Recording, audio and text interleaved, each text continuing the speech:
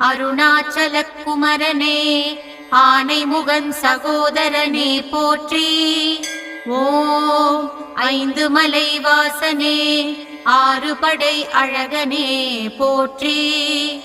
ஓம் தமிழுக்கொரு தெய்வமென தரணியாளும் வேந்தனென கலிகாக்கும் கந்தனே போற்றி.